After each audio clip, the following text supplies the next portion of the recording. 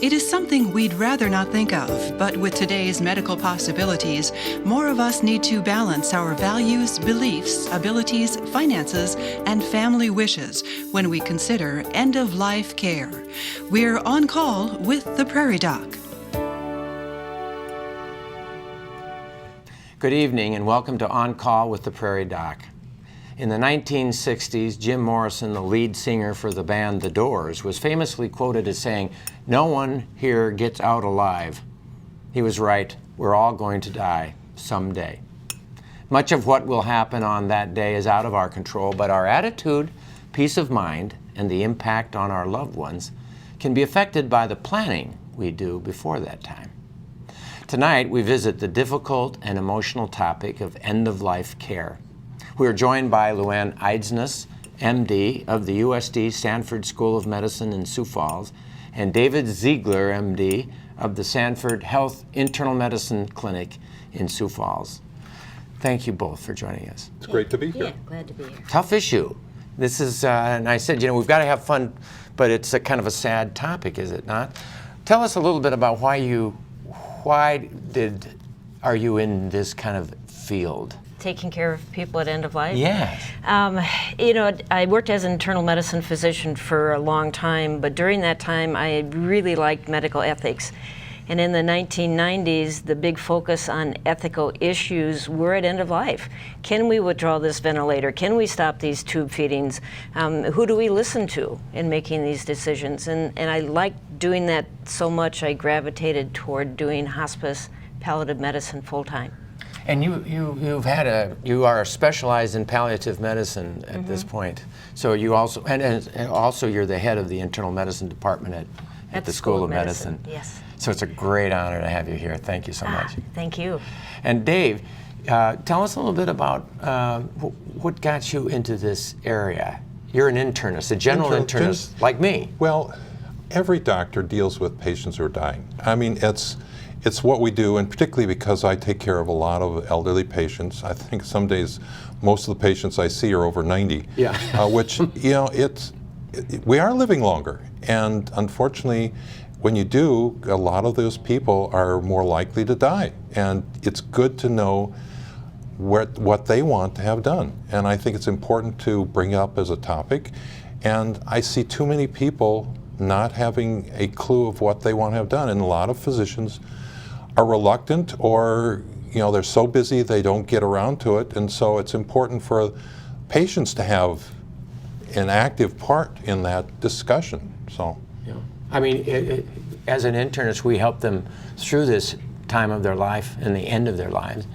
And unfortunately, I think you're right, that we don't see enough discussion between the physician and the patient. Well, there's so little time, in that short time we have, 15, 20 minutes, half hour at most times, and you're so busy dealing with the high blood pressure, the diabetes, and all the other stuff that you don't get to some of the important things that you need to discuss. Yeah. This is your topic. This is something that is so important for you to think about, and we'd love to have you call in, leave a comment, or let's ask a question about end-of-life care. Call us at 1-888-376-6225, or email your questions to ask@oncalltv.org. Thank you for that call. We want it. We need it. This is your show. So let's talk about the history of medical ethics and the end of life. I'm often reminded of Sir William Osler's article on the end of life in 1906, and he wrote an article and said that 90% of people end their life just kind of like how they came in. Gently, quietly, calmly, not awfully. At home. At home. Mm-hmm. Yeah. That 5% are elated, and then Around their family. And then 5% are in trouble. And then in 2003, they had a support study that looked at how people were dying now, and it was greatly different from that. A lot of people story. die in the hospital, away from home at that point, and it was becoming more clinical, a clinical death, and they were much more controlled, but impersonal in many ways. Yeah. Well, away from family, we'll say life expectancy has improved though in that time. True. In 1906, 50 years of age. Ooh. Yes. Now 70s, upper 70s. That study, though, showed that although we have all these advanced abilities to help people, ethics hadn't caught up, and we weren't really respecting people's choices. You know the support study. Tell us about it. Well, even though people had advanced directives, and advanced directives is where a person can share what their wishes would be at end of life, it wasn't being followed. Maybe doctors didn't ask about them, or if they knew them, they were doing what they felt was right anyway. Or patients' families didn't. No, we want mom to be around. So yeah, we know in her document she didn't want this, but we're going to do it. But it was really the healthcare team that wasn't aware of the patient's wishes. Right, and they also found that people were in pain 50% of the time, in a significant amount of pain. Mm-hmm. Well, there's still some people who have a fear of pain medications. It's going to make me die earlier. What if I get addicted to the morphine? And so we still have a lot of education even now about that, but certainly we hear that 10 years a lot. ago. They're dying, but they're afraid they're going to be addicted to a pain medicine. I don't care. Yeah. We want to get rid of the pain for them and Make them comfortable. Make them comfortable. And people in those situations never get addicted to the medicine. They just don't. They're on the end of their lives. This is not a thing that we need to be concerned about. One of the thoughts that I was thinking about in this was also that in parts of the country, people take care of people at the end of life different than in other parts. I think there's a lot of inconsistencies in the care in America. Yeah, Now, what do you and think? it's also cultural too. I think certain cultural groups take care of their families. I think the Hmong are very much a family-oriented caring for their loved ones out into death. I think it's different areas do take care of people differently, and I think it's partly cultural and what's accepted and what they've grown up and used to. There was a surgeon from Texas that came to look at doing surgery in our clinic and hospital, and he said, "Gee, I looked through all your lists and I was just amazed. I mean, there's hardly any feeding tubes put in at the Brookings Hospital. Is there something wrong here? I mean, why aren't you guys doing that? I mean, we've got tons of them down there." And the answer I had was, we have some feeding tubes, but we're pretty conservative about it. There's some differences in different places. What is your take on that kind of a difference as far as how people do feeding tubes? I think the feeding tube works really well when someone has obstruction of the esophagus, the tube from mouth to stomach, where a person needs nutrition to continue. But at end of life, artificially feeding a person who's in the process of dying, whether days, weeks, tube feedings aren't going to help. But we get asked, aren't I starving mom to death if I don't feed her? No. The natural process of dying is becoming more sleepy, having less appetite, eating, drinking less, and dying dehydrated is a very peaceful way to go. And it should be that way. And the natural way of going. Yes. The way we did it for so many years until IV fluids and feeding tubes came into it. After 56 years of marriage, Florence Moeller lost her husband to cancer. It was a difficult time, to say the least, but her husband's hospice care program provided valuable support. He had a prostate cancer. It was a very aggressive type, because ordinarily that doesn't give you so much concern, but this time it went quite fast. The nurse came, I don't recall now if she came every day, but anyway, often, and checked on how he was doing.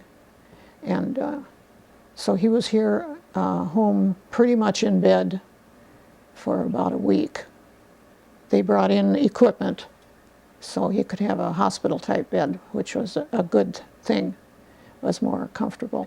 That really was the most important thing right then, is to keep the patient comfortable, and she talked about that quite a bit, that we didn't worry about other things, but he needed that peace Well, what happened was that I was unable to wake him up to give him his medicine and his pills and whatever he was supposed to take. So I called, and she was willing to come. I don't know, it was 8 or 9 o'clock at night, and I was so glad. It was such a help to have that support and that a trained person there. And then that was the time that we decided I really was not able to handle it after that. It certainly, I don't know if it works well for everybody, but it certainly was a big assistance to our family, to me, because I was the family who was here. But it was very, very supportive.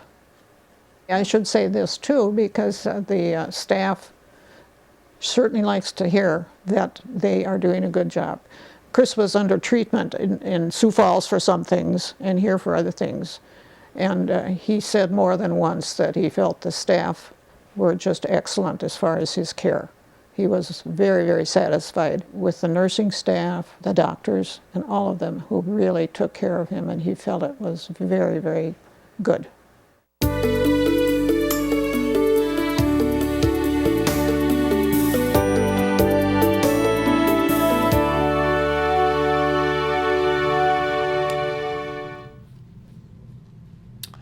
And what a wonderful man Dr. Molnar was. And thank you so much, Mrs. Molnar, for being willing to put yourself out there and share that important information. Hospice is really important. We should talk about that, but I want to point out that we need your questions. 1-888-376-6225, or go to oncalltv.org and push the ask button and give us your questions. Or you can join us on Facebook or Twitter and ask your questions as well. So hospice, are we, that's an added Medicare benefit, right? Right. Are we using it enough? No. Explain that. Well, I first want to say I agree with her that the hospice nurse are the best nurses you can ever have. They are truly angels. They are, aren't they? They are the best people I've ever come across. I mean, you deal with them a lot, and yeah. Yeah, and I'm on the, are you on the hospice? No. Well, I'm on the hospice committee, and we meet on Tuesdays, and it's just, I go in there just kind of broken from a tough week and a sadness of lost a patient, and they pick me up and bolster me and give me, it's a wonderful group and a wonderful thing. So hospice is something that we probably underutilize, though, am I right? Well, in part, the reason we underutilize it is physicians have a difficult time with the prognosis, because Medicare hospice says a person can't enter hospice until there's 6 months of life left. So how do you figure that out? Well, for some diseases it may be easy. There have been studies where primary care physicians, general internists, family medicine, overestimate prognosis by 3 times. So people are hesitant to enroll their patient into hospice because what if they're not right? And yet the support of hospice is so great, you want people in a long time rather than just the last few weeks. Right. I've expanded my thought. I figure, okay, they've got this, there's a significant chance it's going to be 6 months. Might be longer, we'll have to kick them off, but why not put them on there and have the added benefit? And also, it's interesting, most of those nurses, they improve their care so well, they do live longer. Yeah. They do. And it's amazing. The hospice police doesn't come in and get mad at me. You just have to reassess and reevaluate. Yeah. Right. I had a lady who was in her mid-80s with cancer that had spread all over her abdomen, and I put her in hospice. And she's my patient, lovely lady, and she got better. And at 6 months, I said, well, it's everywhere. We went another 3 months. She was just doing great. So I kicked her off of hospice, and 10 years later, she died of heart failure. You never know. No, you know what I mean? You don't. So we change, but we should expand our deal and let people into hospice when there's a significant chance that they're on a dying process. And why not have this added Medicare benefit, right? Do we need to explain what hospice is? Well, what is it? I'll go for it. Hospice is caring for people at end of life, and like we said, Medicare hospice says 6 months. But the focus on hospice is comfort completely. Comfort and quality of life. It's not just about dying. Right. I couldn't get my own mother in hospice until the last 3 months because she goes, I didn't want that, because she thought it was just about dying. So it is quality, it's comfort, it's support. I once heard a physician say that dying without the support of hospice is like having surgery without anesthesia. I mean, he felt so much about hospice. Wow, that is a nice way to put it, isn't it? Mm-hmm. Well, and I think that all of the benefits, you know, and plus they'll pay for some of the medicines. They'll get you beds. They'll be on call to support you through. I mean, it's a wonderful thing. When I tell people, I say there's 3 things Medicare hospice will pay for: people, medications, and equipment. So the people are those nurses that go out there to the patient's home, social worker, chaplains, and then we have dietitians, physical therapist, the hospice medical director, but the people are essential. Then medications needed for comfort, so pain medications, bowel medications, something for nausea, and then equipment. So if a person wants to be at home and they need a hospital bed, bring a hospital bed into the room, or wheelchair so they can get out of the house and go to their granddaughter's baseball game, Commode, or whatever. Whatever you need. Yeah, the equipment. So, but there's a difference between palliative care and hospice care. I mean, you're no more chemo when you say hospice, so right? I mean, you're done with chemo. Probably not. Some exceptions would be if the person's pain was tremendous and chemo would shrink the tumor and decrease the pain, or maybe metastatic disease to the bone and radiation would take care of it. So there's some exceptions, but in general, no treatment that would be focused on curative or life extension. Right, and so that's the difference. Now, palliative is, how is palliative different? Well, you know, the same team of people, and the philosophy of that is still focusing on total pain and suffering, focusing on patient and family, but palliative care can start at the diagnosis of a serious illness, which may be life-limiting, and it can occur at the same time as aggressive treatment is going on. So maybe it's chemo, maybe it's surgery, maybe it's bypass surgery, but aggressive treatment's going on, and then as the disease progresses, the role of palliative care is more important, focusing on goals of care, and then back to the 6 months when hospice would kick in. Right. And so it's a longer period of time. It could be years before hospice. Right. It seems to me that in times past, our whole mindset was cure, cure, cure. That's the support study again. They did not want to talk about quitting even when it was obvious they were going to die. They were going to die.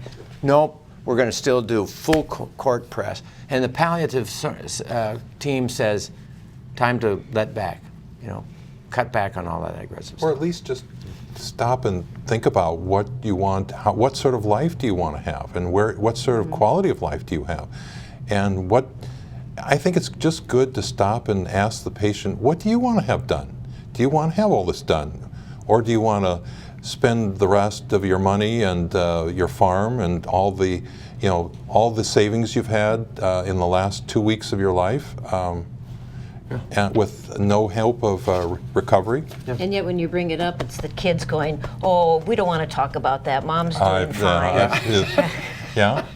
Well, I think that's the biggest problem, is that the kids are full bent forward, and the parent, the elderly parent, would never want all of this, but they haven't talked with the kids about it. Big problem. So if there's a take-home message out there, talk to your kids about what your wishes are. That's the most important part. We've got a question here. South Dakota instituted the Comfort One bracelet program in 2004 for individuals who do not want CPR in the home setting. Where is the program? Why do the EMTs not know about this program? Why doesn't the public know about this program? Why haven't our South Dakota physicians supported this program? David? We fully support the program, but I think I think people don't know about it. I think we as physicians need to inform people that this is an option that you can get. I think it's important to, and I'm not sure why the EMTs don't know. They should. The EMTs mostly. Mostly they know. They walk in, and that's part of what the first thing they look for is the bracelet. Yeah, Comfort One bracelet. Which says no resuscitation. Yeah. And but it doesn't mean that you're not going to help them, you're not going to support them, they're not going to bring them. Well, and if they need to get up and get into the bed or get in a chair or whatever, they pick them up and help them, but they won't do CPR or, intubate and things like that. Yeah. So we would say Comfort One, yay, and you want to know more, go to the South Dakota Public Health site. Wouldn't you agree? Yes. We have a question in Rapid City. If the situation arises, how do I decide when to take a family member off life support? What signs do doctors look for when deciding if a patient is in an irreversible coma or declining and it's irreversible? Well, there could be several things. One would be multi-system organ failure, where a person's lungs failed, so they're on the ventilator. Their blood pressure may be low, so they're in shock, and they're on blood pressure medications. Kidneys are failing, so the kidney creatinine test is going up, and they're looking at maybe dialysis. And they're off sedation medications and still not waking up. That would be a poor prognostic picture.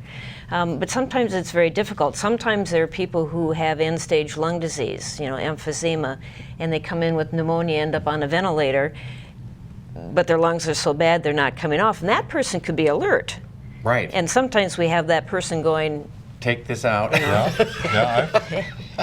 And we have patients with severe COPD and or fibrosis of the lungs, and they know that and if you do intubate them, it's very difficult to get them off without them dying. Right. And they recognize that, but it is very, we can almost do too much. Right. There's a time not to intubate, although I had an 89-year-old gentleman who had pneumonia and had quite significant lung disease. I knew him. He wanted it. He wanted to be given the shot at it. Now, a year later, he's still at home. And so I'm just saying there's a time that you do. What about this pulling the plug on grandma and these death panels that was a big thing? Can you explain what that was? well, they don't exist, for one thing. There are no death panels. There are no death panels. But they're referring to the discussion, because in that bill, they wanted to be able to reimburse physicians to have the discussion, and that's when, well, that would be a death panel. You're just going to take grandma off the ventilator. But it's not. In other words, the government said we would pay doctors extra to talk about it. That was all, right? And the discussion can be as short as, who do you want to make decisions for you if you can't, to, oh man, we need to talk about what your wishes are because you're not doing so well. Yeah. And that discussion can take an hour. And that's hard when you're having every 20-minute visits or 30-minute visits. We still do. I didn't change anything that I do. I still talk to my patients about it. And, they advise me. I give them 3 questions. If you had a cardiac arrest right now and I thought I might be able to get you back, do you want CPR, yes or no? The second question is, if you've had a stroke, very unlikely you're ever going to know who your family members is and so on. Then would you want CPR, yes or no? And the last one is, and this is the hard one, and this is probably the most important, demented, don't know who you are, living in a nursing home, and you stop eating and drinking. Would you want me to keep you alive with a feeding tube? Yes or no? And those are the questions I wish that everybody could answer with their doctor. One thing, though, it is important for patients to recognize is, though, although we have advanced the whole concept of critical care and CPR, many people who have CPR, especially over 80, do not survive, or if they do, they don't do well following the CPR. Right. And long-term, over 80. And so it is important. Some people do, but the older you get, the likelihood of you surviving that episode drastically drops off.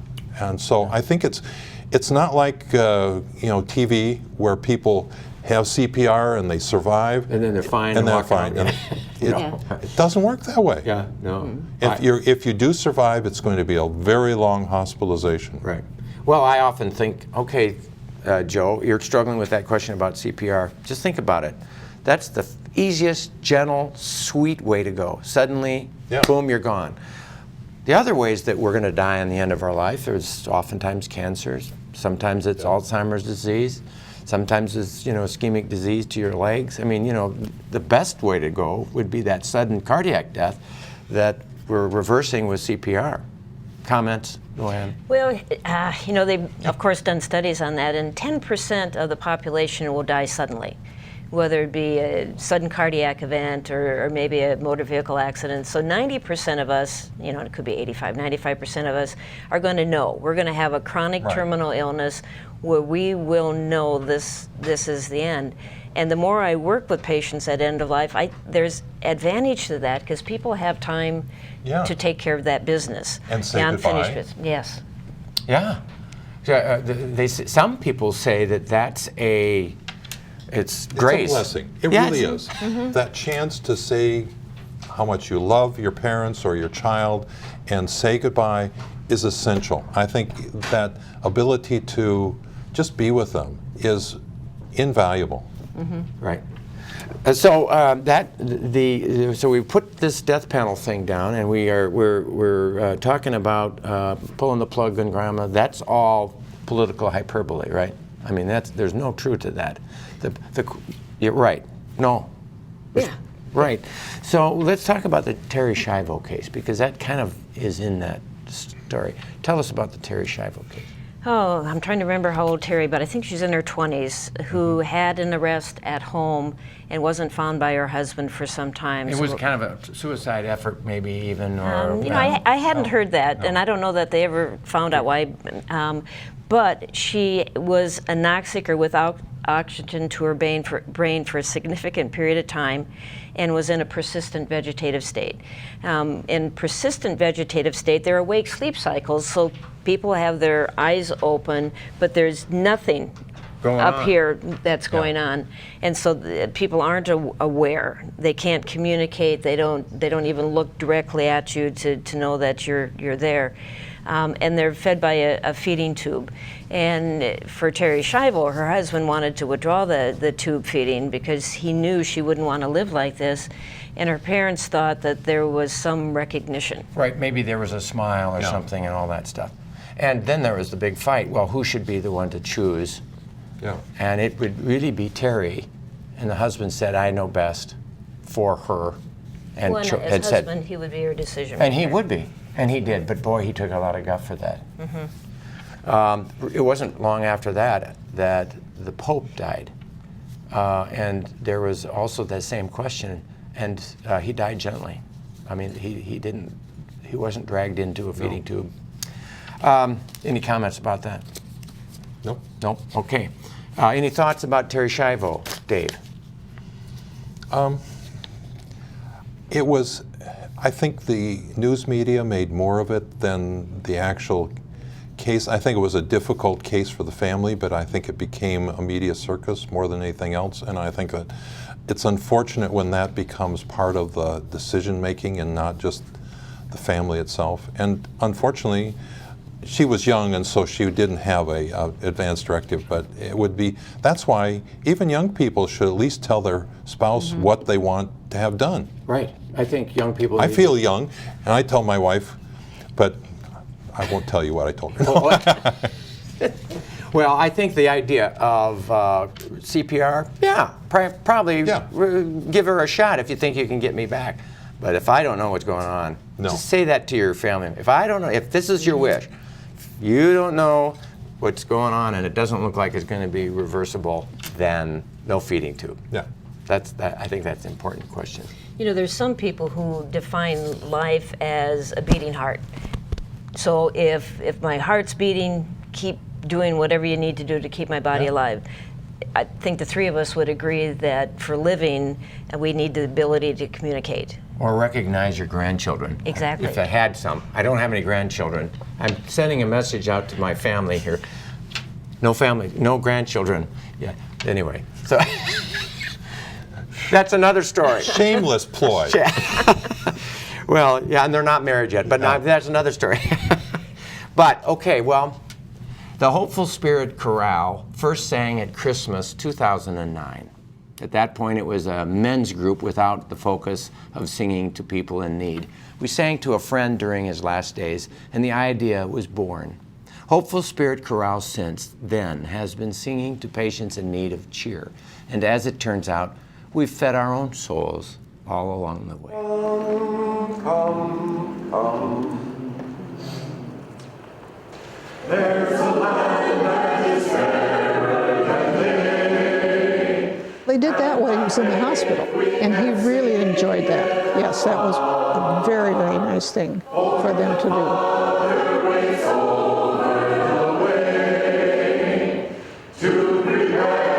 Hopeful Spirit Chorale is a group of kind of multi-generational people. We've got a lot of retired folks, a lot of folks who work, and then some college students as well. We meet on Tuesday nights and we practice singing, and then we go and sing to a hospice patient or an elderly patient or someone who just needs a little bit of brightening their spirits.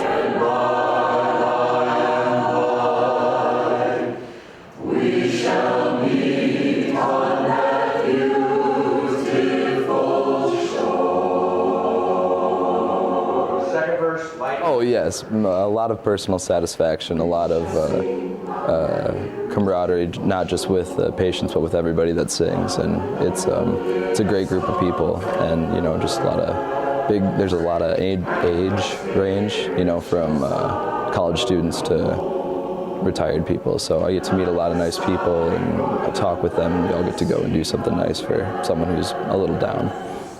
Yes, I'm not much of a singer myself, but I've really enjoyed seeing, the difference that we've made, especially for these people's families, because it's a really rough time for them. Just so pleasant, such a pleasant experience. It's not so much about the singing either, it's just about, giving up that hour every Tuesday and doing something for somebody else, and they really appreciate it, and I would totally recommend it. We shall meet on that beautiful shore.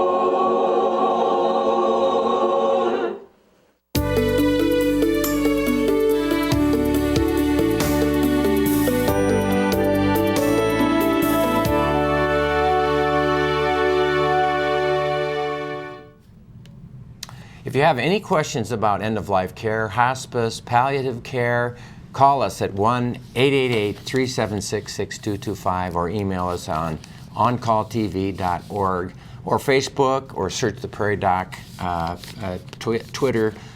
So give us your feedback. And we've got some good questions. That's a group of people, non-medical people, retired minister, college students, people from all walks of life singing for an hour every Tuesday night. Nice. It's the most joyful thing that I do all week, I have to say. A non-medicinal way to help people on the end of their lives. What other non-medicinal things do you think?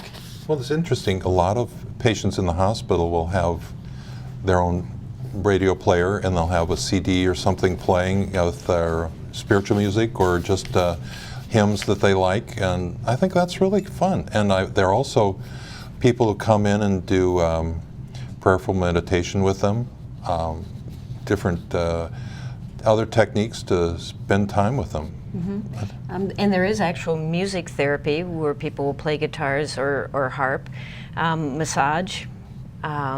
We've got a hospice,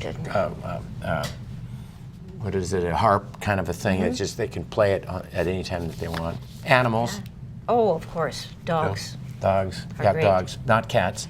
No, biased or but no, but I think that, and I truly believe this, that churched folks, and not everybody's churched, but boy, this is a time that it's nice to have the support of your church to come around.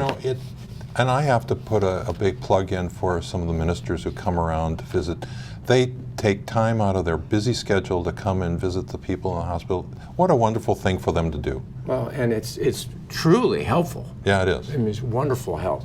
So even if you're not a minister, coming by to visit people.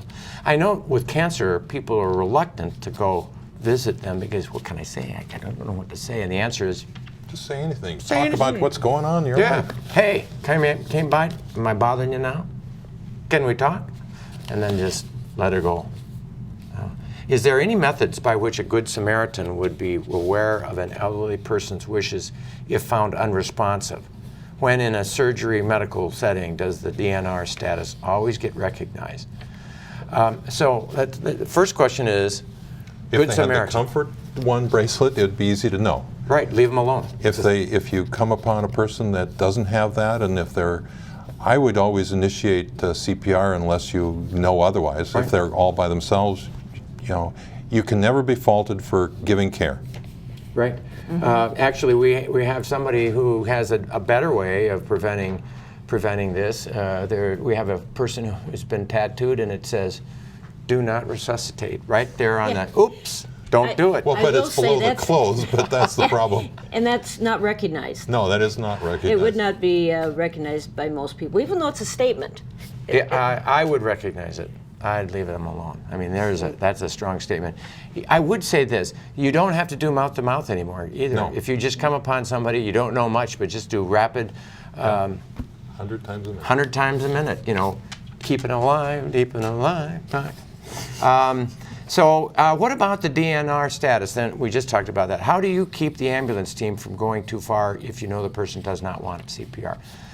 Oh, that would be the comfort one again, because the paramedics, when they come to the home or anywhere, they only recognize the bracelet or the comfort one form. Otherwise, they're going to do it. They're going to do full Right. CPR. They won't. That's the group that won't recognize Right. that tattoo. Correct. But I would. Would you? You like tattoos? No, I'm not. So, my point is that's an advance directive. Don't do it. I had a patient who didn't want to be resuscitated, had end-stage heart failure, was pretty much suffering, but with it mentally. And then he had a cardiac arrest, and his wife called the ambulance. And the ambulance came and resuscitated him, and he was mad as a wet hen when he got awake, and he said, "Why did you do this?" And she looked at me and she said, "I didn't know what to do. I panicked. Yeah. I'm sorry." And they were having a fight. But that happens. It does happen. When you're in the short and your loved one is dying, what are you going to do? Well, you're going to call 911 because you're just panicked. Right. You don't know. And that's why it's important to have, first of all, the comfort one. And if you don't have that, at least afterwards, you can make a decision to say, "That's fine, but we're not going to go any further." And you can stop at any time too. Don't call the ambulance if you know. Here's from Sioux Falls. My 92-year-old dad is slowing down. Do you need a specific diagnosis disease to be placed in hospice?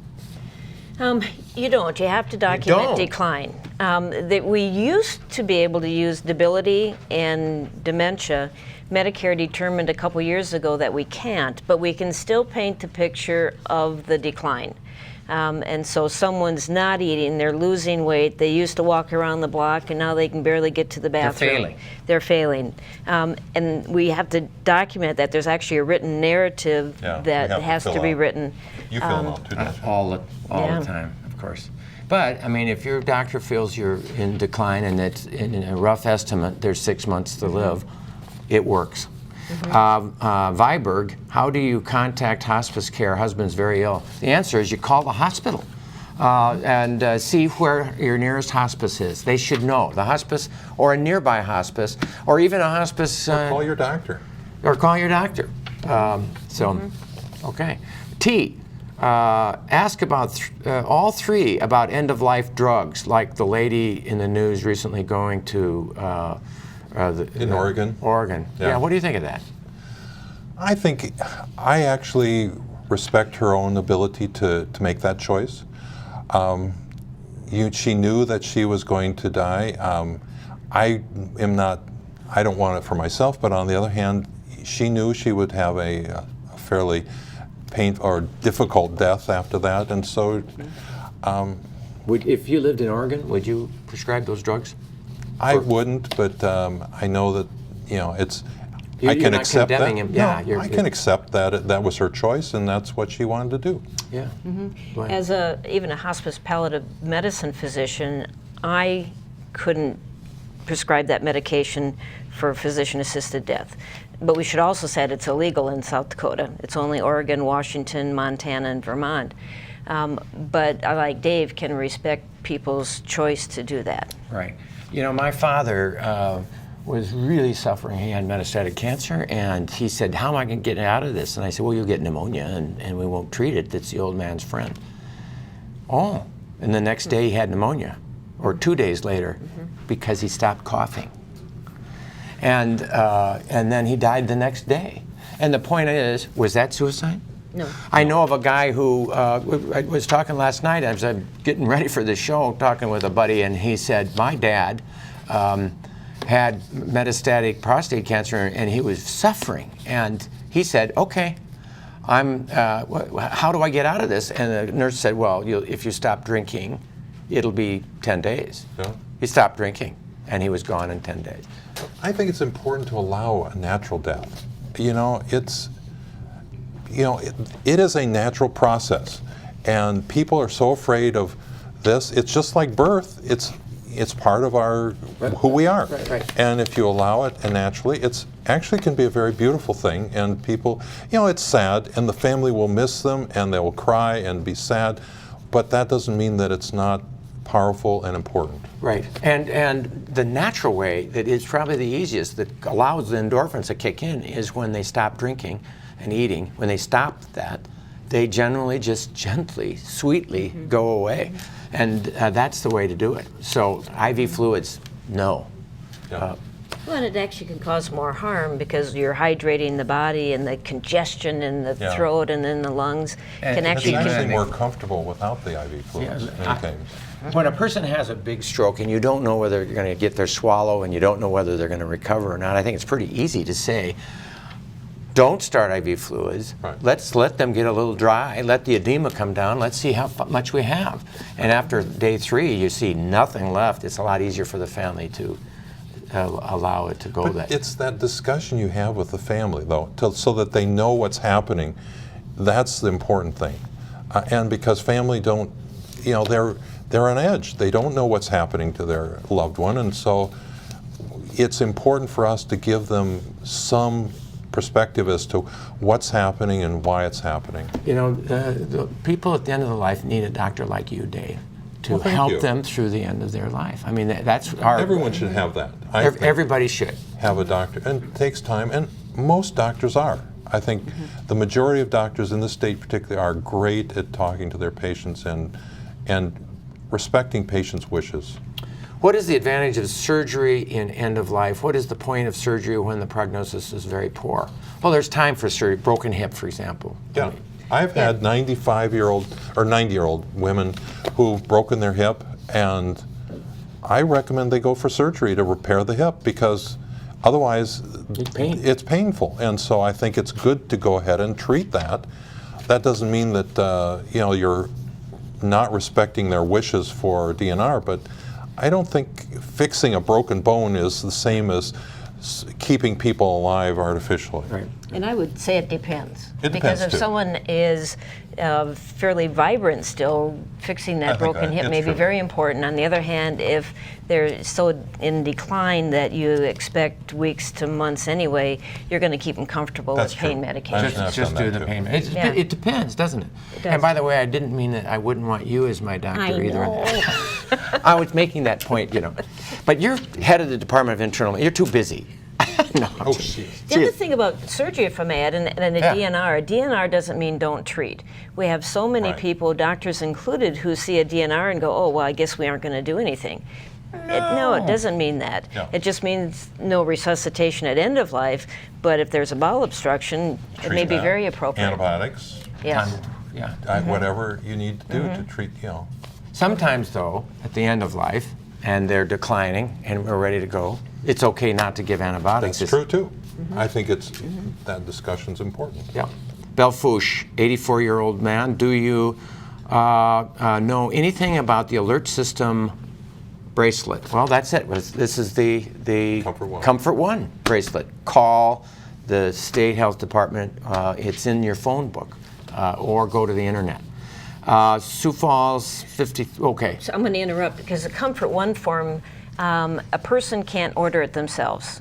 They do have to get it through their physician's office. But you can get the form, put it to your doctor. I don't think they'll send it to people. I may be wrong. I'll stand to be corrected there, but I think they have to get it through the doctor's office. Find the details, though, at the state health department. They'll inform you. Thank you for that.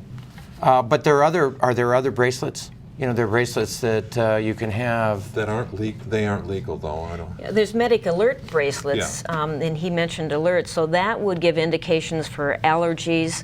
But for Comfort One, which is the out-of-hospital do not resuscitate, it's a specific bracelet. So if you want do not resuscitate, it'd be reasonable to get the Comfort One. Go to your doctor, ask for it. Well, if the doctor doesn't know, then connect him or her, with the state health department. Do you have advice for a nurse working with a dying patient currently receiving chemo that wants to stop but the family does not?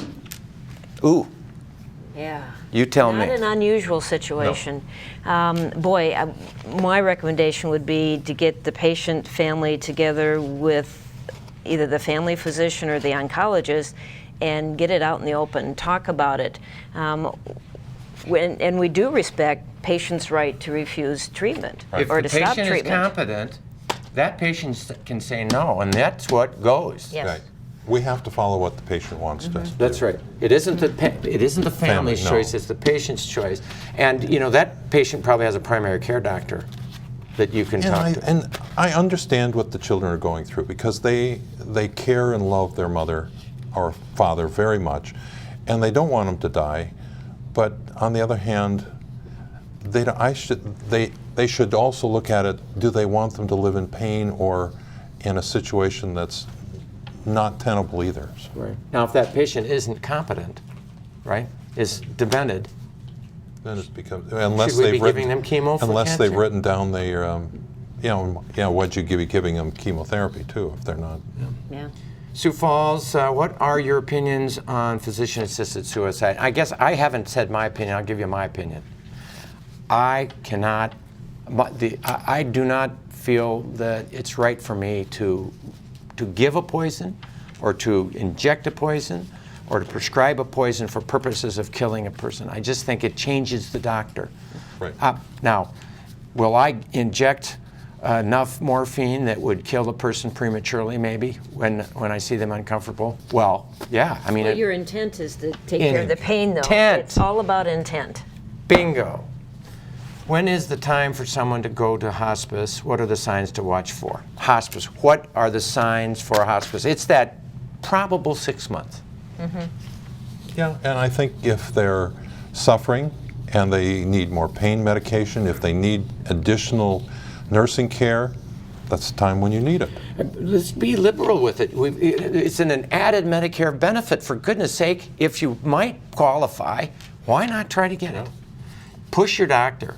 Mm-hmm. Here's from Rapid. Please discuss grief counseling that's provided by hospice. It's provided by Medicare for family members preparing to deal with the death. That's the other thing I wanted to make it. Hospice helps the family through all of this and for a year after the death. And anticipatory grief also. The grief support doesn't happen at time of death. It starts prior to death and then continues for that year. Right. Grief counseling is extremely important. It's one of the best things they do. And how would you describe it? I mean, grief counseling, I think what it is I care, you're not alone, and share with other people. I think just support and having other people around that understand what you went through. All right. 70-year-old caller, very depressed, doesn't want to continue living. How does she make sure her living will is observed? Should she send it to anyone besides your durable power of attorney who lives far away?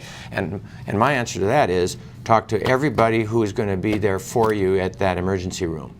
But also, she needs to have someone talk to her about the depression and treat the depression. Mm-hmm. If at 70 years old, you've got some years to live. You need to treat the depression because sometimes that's why people get to that point where they don't want to live any longer. And yeah, even in hospice we treat depression. We do. Well, I think it's important not only with medication, but grief support and counseling and the whole 9 yards. Mm-hmm. We'll be right back after this.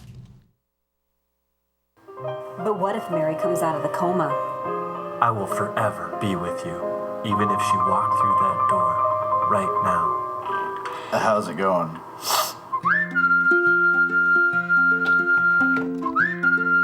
Yo.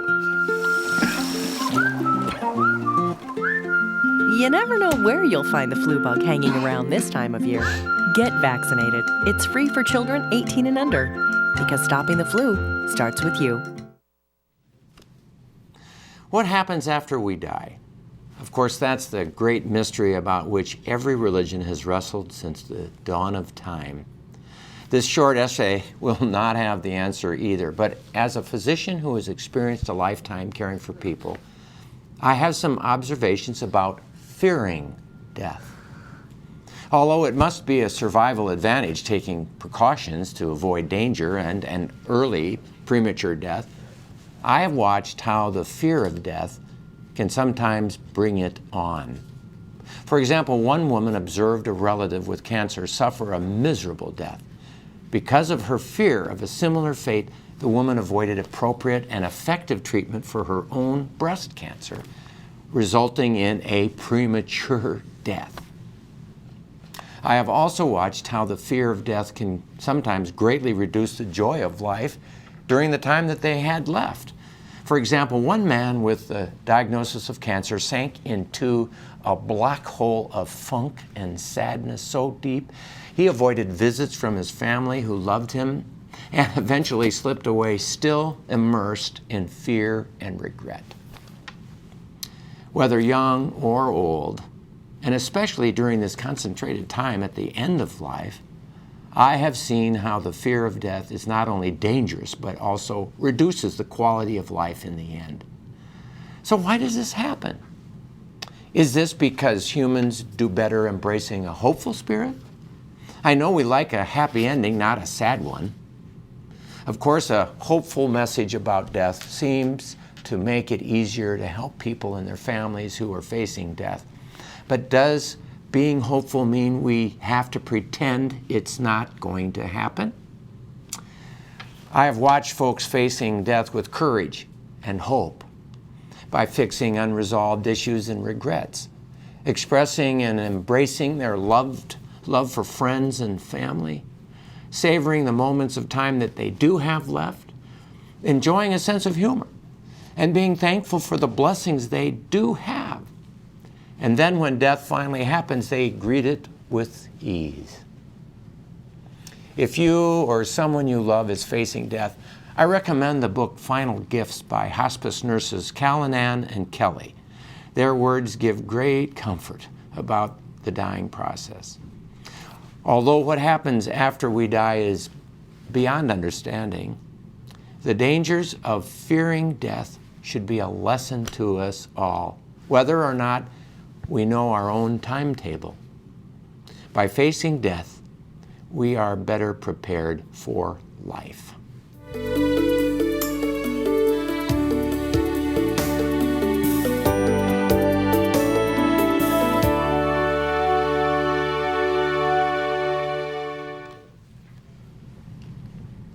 This brings us to the end of our show this evening. I sincerely thank our fantastic guests tonight, Dr. LuAnn Eidsness and Dr. David Zeigler.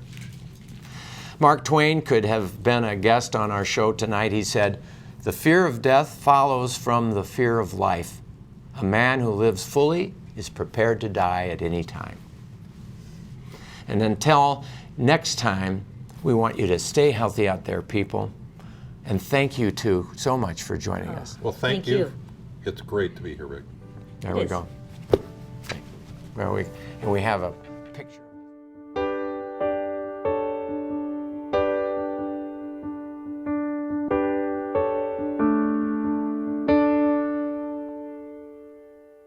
Special concerns for those of us who live where winter visits with an enthusiastic vigor.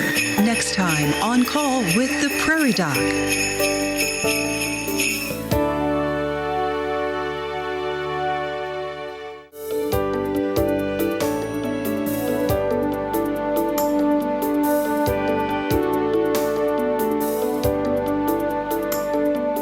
Funding for On Call with the Prairie Doc is provided in part by Avera is a proud sponsor of On Call on South Dakota Public Broadcasting. Larson Manufacturing is proud to support On-Call Television as it continues to open doors for important medical information. and by the South Dakota Foundation for Medical Care, the Medicare Quality Improvement Organization for South Dakota. Additional funding is provided by Aberdeen Asthma and Allergy, Brookings Health System, Dakota Allergy and Asthma, Dakota Care, Dakota Dermatology, the Orthopedic Institute, Physicians Care Sanford Clinic Community Service Committee, and Swiftel Communications. Closed captioning for On Call with the Prairie Doc is provided by the generous support of Avera, Brookings Health System, and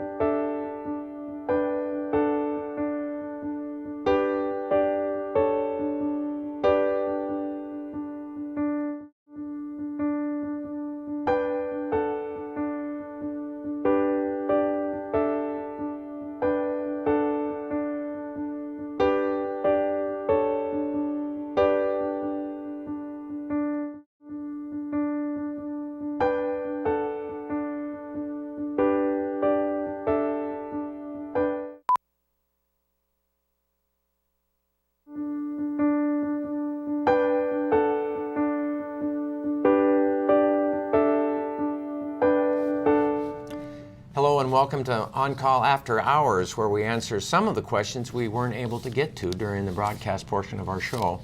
All of your questions are important to us, and we want to answer as many as we can for you, and thank you for the questions.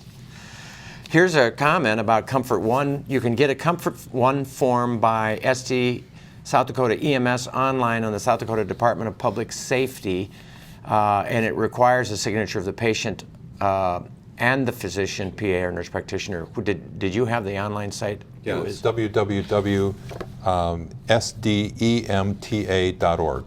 Okay. So here's from Sioux Falls. Where do you get the Do Not Resuscitate bracelet? And the answer was the Comfort One information has been put on the Prairie Doc site. Go to oncalltv.org or go to the South Dakota Department of Public Safety, or call that number 605-773-4031. Great. We've not said enough about Comfort One in these years. Here's a comment. This morning after my husband was placed in a nursing home, he told me the bed was horrible. I told the hospice nurse when she came, and the next day there was a wonderful new comfortable bed, which he appreciated very much. He could talk to the hospice people in ways that he couldn't talk to family. He passed away after 2 months and 10 days. Within just minutes of a wonderful hospice volunteer conducted a sending ceremony. Isn't that nice?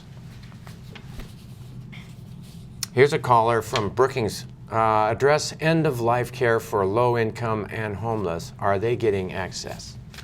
Oh, that's going to be hard. I think all the hospice programs do provide care to the indigent who don't have insurance. But is it the same? Is it enough? We could do more. We could do more. And in this state, we don't have coverage for the people who are above poverty but below this gap that we have, unfortunately. Any other comments, Dave? No. Talk about hospice for different kinds of patients, like cancer versus patients with Parkinson's or dementia. Mm-hmm. You know, half of the patients in hospice have cancer, but the other half have end-stage whatever disease, and it could be end-stage Parkinson's. It could Severe be any other Alzheimer's, recurrent pneumonias. It's having a terminal illness with a life expectancy of 6 months, so anyone heart failure can come into that heart failure. That's right. Could home health care be an option compared to hospice? Boy, it's pretty limited. And the requirements with home health care is you have to be homebound, and with hospice, you can't go to church, you can't go out for dinner, you can go see your doctor. Right. But that requires that you're homebound. That's the problem with home health. Yeah. And it's different. And it is. Yeah. You will get more support through hospice. Yeah. Right, so if you're anywhere close to qualifying, you want to go to the hospice route. Winner, 59-year-old man. Caller recommends a book called Being Mortal by Atul Gawande. Yeah, it's a good. Tell me about it. Well, it's on my to-read pile, but the people who have read it really like it. It's stories. Dr. Gawande has done a lot with safety, patient safety and quality. And he writes this, I think, in part by his own experiences and his family. But yes, it's a must-read from what I hear. Have you read it? It's on my book to read too. So I'm going to put that aside and say I'm going to buy that book and read it. What is the rationale for Medicare not paying for room and board at hospice care facilities? Do you understand what that question is all about? Yeah, because Medicare hospice pays the people, medications, equipment, wherever the person is, whether it be home, nursing home, or a facility, but they do not pay room and board at a nursing home, for anywhere, example, or a hospice facility. They don't pay for that period. So. And I think part of it's just financial. Yeah. Just think of how much that would cost. Yeah. Right. So yeah, it's like going to the nursing home, but you get extra. People who are in the nursing home, for example, I just put someone in hospice who is in the nursing home, and the family looked at me, and the nurse went, "Oh, what a plus it is for them, because it gives us help to do the things that we need to do, but just the added special care." So it's a good thing. Who's the best person to appoint to make decisions for you for power of health care? Are spouses or partners necessarily the best ones, or are they too close? That's a great question. Power of attorney. Very good, yeah. Let's talk about power of attorney. What is the durable power of attorney anyway, David? Well, durable power of attorney is basically a way to legally write out what first of all, who will make decisions for you if you're incapacitated and unable to make those decisions. And I think that you want someone who's going to be available and able to make those, whether it be a child or a wife sibling or whatever, sibling, whatever. But I think it's someone who's going to be around and who has in some cases, the knowledge of what you want to have done. I think that's the most important thing. Yeah, well, I just tell people, find someone you trust. Yeah. Trust, and they will honor your wishes, but then don't just hand them the document, talk about it. So they really do know your wishes. What you want. Well, and of course, I've got this old guy said to me, I've got a daughter who is just a absolute, loves me and would do anything for me, but I wouldn't drag me through everything to keep me alive when the son would let me go when I need to go. And so he's going to be my durable power of attorney. And I'm going to have her be my financial power of attorney so that they're not connected. And they're two different things. A financial power of attorney versus a durable power of attorney. For healthcare. For healthcare are two different things. They don't have any power until I have lost my capacity to make legal decisions. So that's a great thing.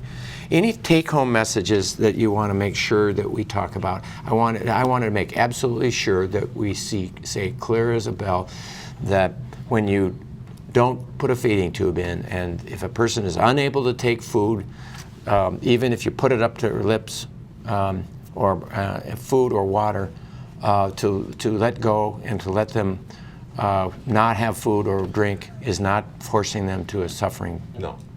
The other thing I would like to point out is, I've been present when a number of people have died, and it is not scary.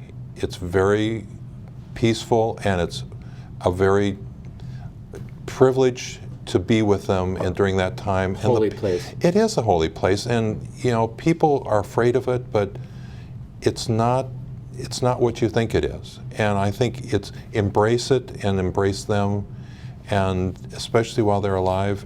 And it's a mystery that we all need to be aware of, and also society needs to be aware that this is part of a mystery of life and death. We're fearful of death. We are.